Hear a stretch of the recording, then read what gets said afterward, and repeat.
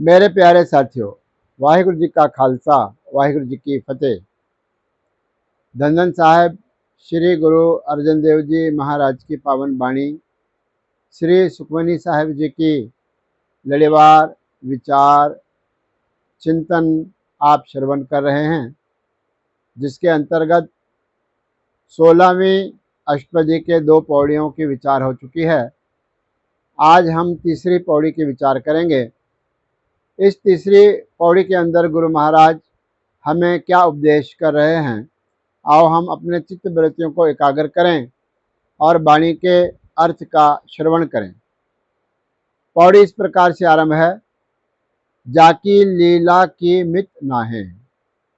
जिस परमात्मा की लीला, लीला का अर्थ है कौतक करना, लीला करना, कौतक करना, वह कौतकों की इस प्रकार की लीला है जिसकी मित, मित का अर्थ है उसका कोई भी ठौर ठिकाना नहीं है, उसका अंत नहीं है, उसका किसी भी प्रकार से हमको उस पासे का जो अंत है वो नजर नहीं आता, अर्थात वह बेअंत है। मित नाहे का अर्थ है उसकी कोई हद सीमा नहीं है। परमात्मा की लीला इस प्रकार की है, परमात्मा के कौतक इस प्रकार के हैं कि उन कौतकों को हम समझ नहीं सकते। कई बार हमें लगता है कि हमारे साथ ये ठीक नहीं हुआ है, लेकिन उसके अंदर भी उस प्रभु की रजा क्या है इसको हम नहीं समझ पाते। फिर कहते हैं सगल देव हारे अवगाहे।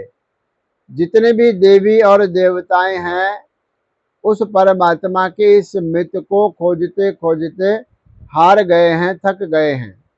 पर किसी देवी को, किसी देवता को भी या किसी ऋषि मुनि पीर पैगंबर को भी उस प्रभु का अंत या उसके कौतकों का अंत नहीं मिला है।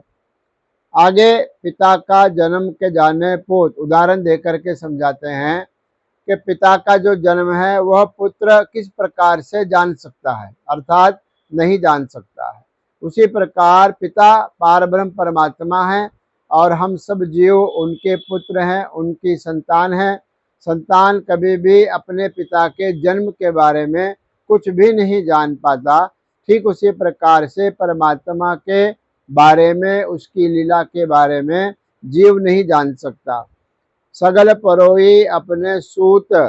जितने भी जीव है, पदार्थ है, सारा ब्रह्मांड है, सारी पृथ्वियां है, सारे ही सूरज है, सारे आकाश, सारे चंद्रमा इत्यादि, वह किस प्रकार से है? सगल परोई अपने सूत, सारों को अपने हुक्म रूपी धागे के अंदर परमात्मा ने पुरो के रखा है। परमात्मा के हुक्म के बिना कुछ भी संसार में नहीं होता। सुमत ज्ञान ध्यान जिन दे। लेकिन जिसको, जिस जिज्ञासु को, जिस गुर सिख को वह परमात्मा सुमत, सुमत का अर्थ है अच्छी मत, सुमत का अर्थ है श्रेष्ठ बुद्धि, जिसको दे देता है, वह फिर ज्ञान और ध्यान, अलग अलग प्रकार के जो ज्ञान है वह उसको प्राप्त होते हैं, अंतर ज्ञान उसको प्राप्त होता है। फिर ध्यान, ध्यान की विधियां उसके समझ में आने लगती है। जिन दे, जिसको प्रभु परमात्मा देता है, जिसको ज्ञान की बख्शिश करता है, जिसको ध्यान की बख्शिश करता है और जिसको श्रेष्ठ बुद्धि की बख्शिश करता है। जन दास नामति आवे से। जन दास का अर्थ है कि वह दास, वह सेवक।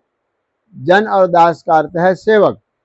नाम धी आवे से, वही व्यक्ति, वही दास, वही गुरुमुख प्यारा उस परमात्मा के नाम का सिमरन कर सकता है।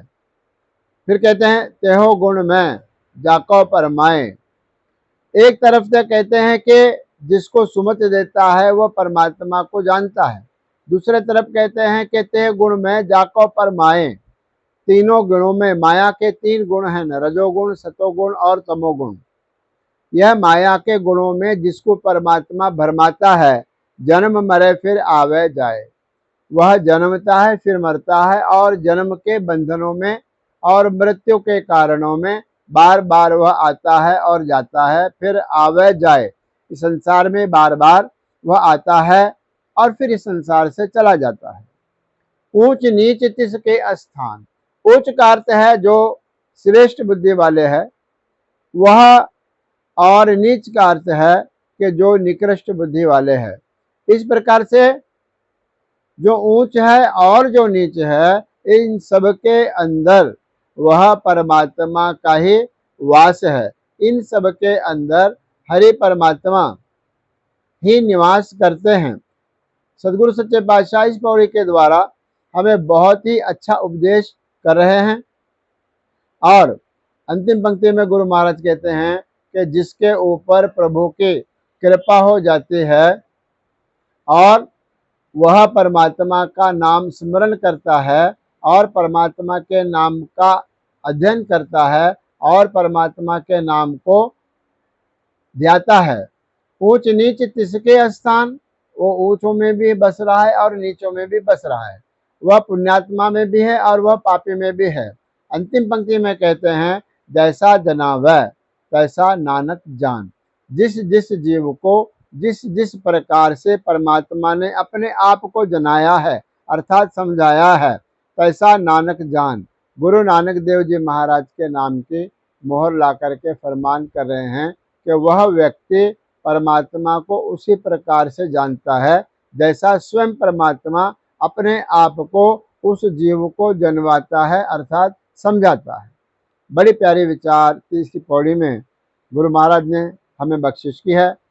चौथी पौड़ी के विचार हम परसों करेंगे। आज इतना ही। धन्यवाद।